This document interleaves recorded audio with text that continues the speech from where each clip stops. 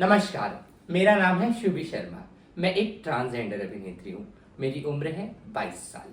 मेरी हाइट है 5.7 इंचेस। वैसे तो आपने मुझे काफ़ी सारे टीवी शोज़ में देखा होगा। साथ निभाना साथिया, अनुपमा, शक्ति, प्रतिज्ञा, नागमणि और कैसा रिश्ता अनजाना, आईना, बहुत सारे शोज़ में, काफ़ी सारे टीवी शोज़ में लोग मुझे पॉजिटिव कैरेक्टर में पसंद करते हैं तो कुछ लोग मुझे नेगेटिव में पसंद करते हैं।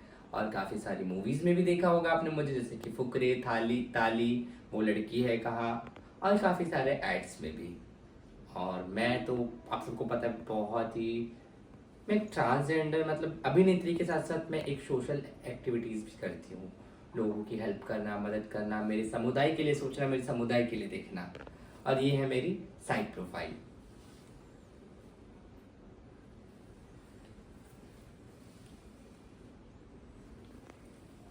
धन्यवाद।